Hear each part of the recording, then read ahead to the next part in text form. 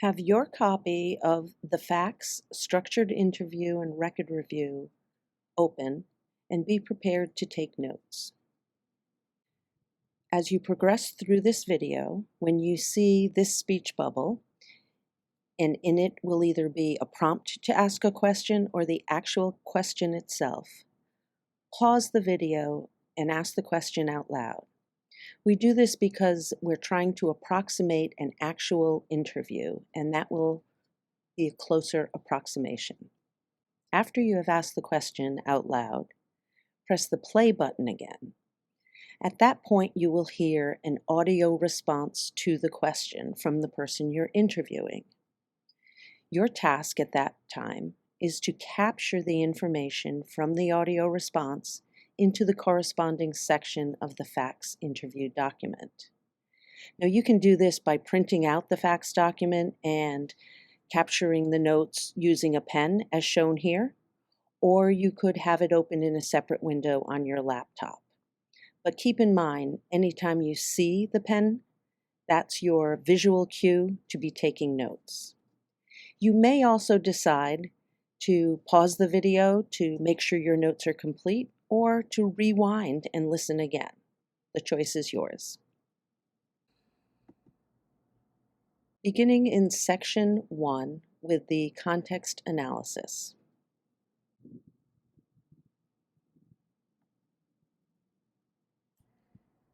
Okay, so morning arrival is independent. The likelihood's about a 3, I would say. Morning meeting is large group, and likelihood's again a 3. Reading ELA is a large group instruction. Very unlikely, that's a 1. Centers are small group activities. That's pretty likely there, I'd say a 4. Well, it's inappropriate physical contact and off task. And for the contact, we give verbal correction and remove her to be away from her peers. And off task is redirection back to work. Math is a large group instruction, no real problems there, like a 1. So lunch and recess are both unstructured. Lunch, she has more likelihood of inappropriate physical contact. I'd say like a 4. And it's the same response. We try to be consistent, verbal correction and removal to sit away from peers. And recess she always has this problem at recess, so I would say a 6. It's inappropriate physical contact, and she gets the verbal correction and removal too. There's, the wall where kids sit near this wall when they are having a timeout. Centers are small group activity, and the afternoon centers are a little more unstructured. The likelihood is about a 4. And again, she'll have the inappropriate physical contact or the off task. Same reaction as far as correction and removal and redirection if she's off task. Special subjects are large group activities. I don't hear too much, but occasionally, so I'd say like a 3. Free time is an independent activity, and inappropriate physical contact happens sometimes. It's like a 4. Same response from us. We give her verbal correction and move her seat. And dismissal is independent, and that's about a 3 in likelihood. Your task here is to review the information you've just documented and identify when the problem behavior is most likely to occur and when the problem behavior is least likely to occur. Capture that information in the corresponding section in the facts.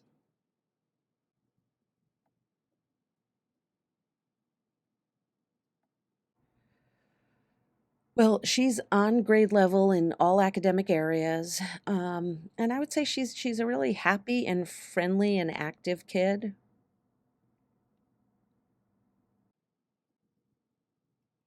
Section 2.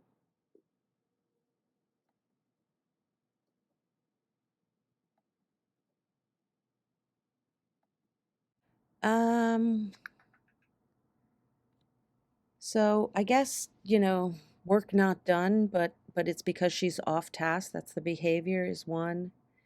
And then it's not really aggression she has, but it is inappropriate physical contact. So if we could add that, that's my biggest concern, the physical contact.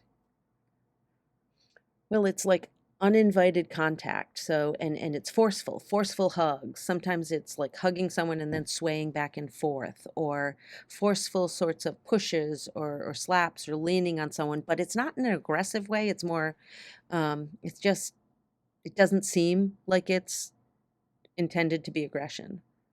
The off task is just engaging in any unrelated activities when she's supposed to be doing something.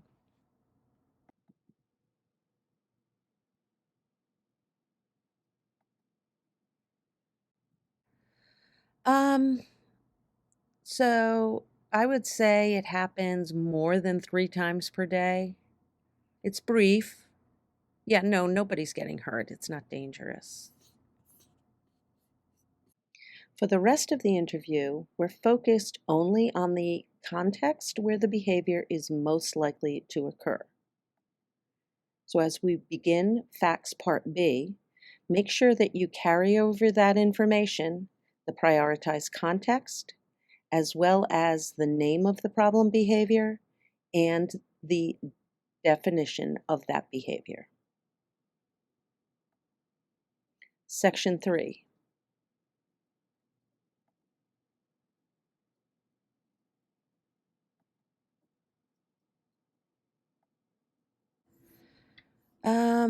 So looking down that list, definitely unstructured time.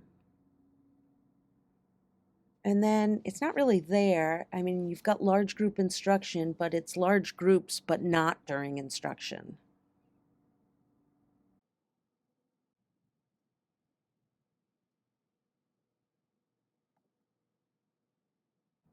Well, it's a time when she's with peers and everyone's active and excited. They might be engaging in physical games like tag or basketball or soccer, things like that. Section 4.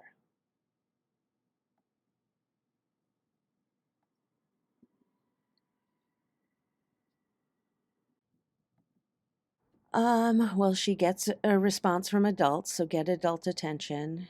And avoiding peer attention, I think, yeah. And I think that's the primary because she ends up by herself after this.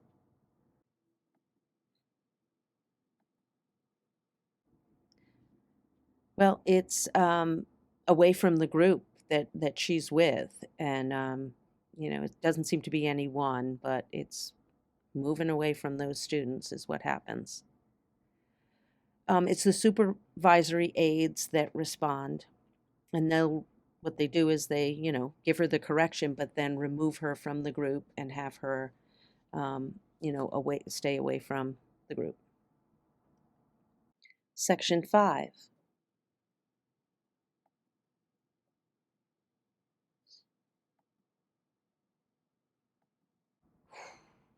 I am not sure. Nothing here jumps out at me.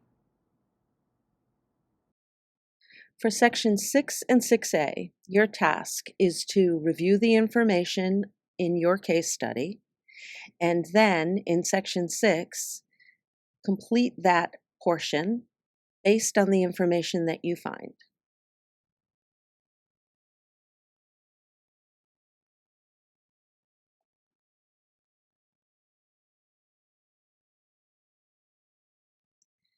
Section 7.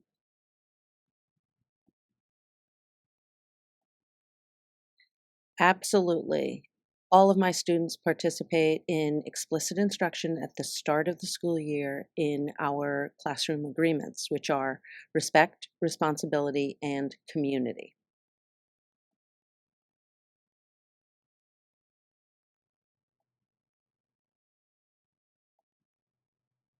Absolutely. Every single day, I provide my students with specific verbal praise in any of their prosocial behaviors, but particularly our classroom agreements.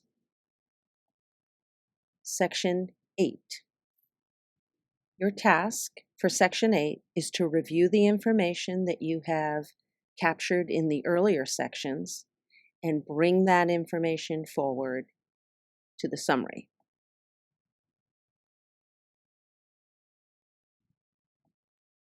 You will first complete the table at the beginning of Section 8 and then move on to how confident you are that that accurately captures the behavior. And then you will rewrite that same information as a summary statement in the format provided. Once you have finished the fact-structured interview and record review, you are ready to move on to the post-facts observations.